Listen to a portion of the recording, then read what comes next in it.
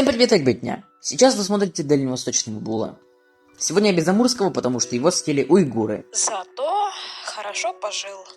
Как вы уже могли прочитать, сегодня я вам расскажу о гренадском социализме. Да, я знаю, мой контент элитарный, и для его понимания надо много знать. Итак, вкратце. Гренада — это маленькое государство, располагающееся на множестве малых Антильских островов. Столицей страны является Град Сент-Джорджес.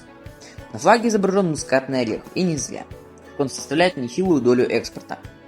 А еще особенностью Гренады является то, что это самая маленькая страна на планете, в которой когда-либо был социалистический строй. Так что же случилось в Гренаде? Слушайте лекцию и записывайте в блокноты, повторять не буду. В первой половине 1970-х власть осуществляла лейбористская партия сэра Эрика Гейри. Она зиждилась на спецслужбах, прозванных в народе бандой мангустов. Гейризм представлялся авторитарной формой правления. Идеи Гейри настолько хороши, что простирались за пределы планеты. Именно по этой причине он в 1977 году инициировал официальное слушание в ООН по делам НЛО. И это даже отразилось на почтовых марках. Но не все держалось на плаву. Лидер оппозиции Морис Бишоп устроил в стране путч. К счастью, много смертей не было.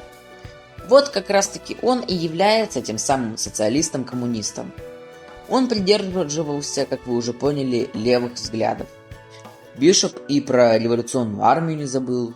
Созданная им Гренадская народно-революционная армия стала мощнейшей в регионе Малых Антильских островов. Кстати говоря, еще он хотел провести демократические реформы. Сначала он запросил помощь у стран Западного блока. Отреагировали лишь США и выдали $5000. 5 косарей маловато, не правда ли? Тогда обратилось правительство этой страны к Кубе и СССР. Куба прислала на главный остров своих специалистов для возведения аэропорта. Соединенные Штаты опасались, что аэропорт будет использован в военных целях. Для могущественной нации вторая Куба была бы совсем не к месту.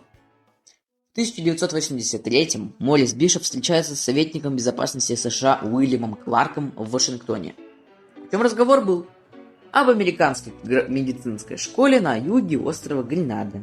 В социалистическом государстве продолжало учиться 500 американских студентов. США хотели перенести ее на остров Антигуа, но антигуанское правительство отказалось. Чтобы не ухудшать отношения с грозными штатами, Бишоп разрешил частную собственность. Министру финансов Бернарду Корду это не взошло, и фракционеры во главе с ним устроили переворот в октябре 1983-го. Бишопа заточили под домашний арест, однако сотни горожан его освободили. Тогда Корд приказал просто расстрелять Бишопа и еще нескольких челиков, включая его жену. Тех самых студентов изолировали. Британский доминион начал проводить ультралевую политику. В США наворачивалась программа по оповещению населения об угрозах со стороны коммунистического государства. Это мне это напоминает. Потом Штаты основали Союз Карибских государств, осуждающих политику Корда. Но потом американское правительство пошло в край, начав организовывать покушения на премьера Корда и поддерживать оппозицию. Потом прошло крупнейшее учение в Карибском море, в нем участвовали 13 стран и около 200 тысяч военнослужащих.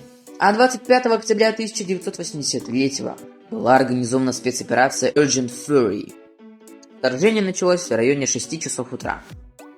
СССР и Куба были уведомлены об операции до ее начала. Тем не менее, кубинцы пошли сражаться. На стороне США был взвод из 300 барбадосских военнослужащих, а также антигуанские, ямайские, доминикские, сент-люсийские и сент-винсентские вооруженные силы. А на стороне Гренады частично воевала Куба. Теперь прохождение операции. Системы связи внезапно вышли из строя, и оставшимся средством связи с остальным миром был передатчик в кубинском посольстве.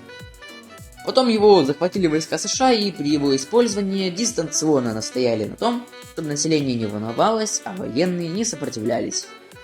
Вечером 26 октября были отправлены дополнительные 2 батальона, а потом состоялся ветерно-случайный обстрел психиатрических учреждений. На следующий день вторжение закончилось после полной оккупации острова. Среди кубинских строителей погибло 27 граждан. Многих депортировали. Ну что, социализму в Гренаде конец.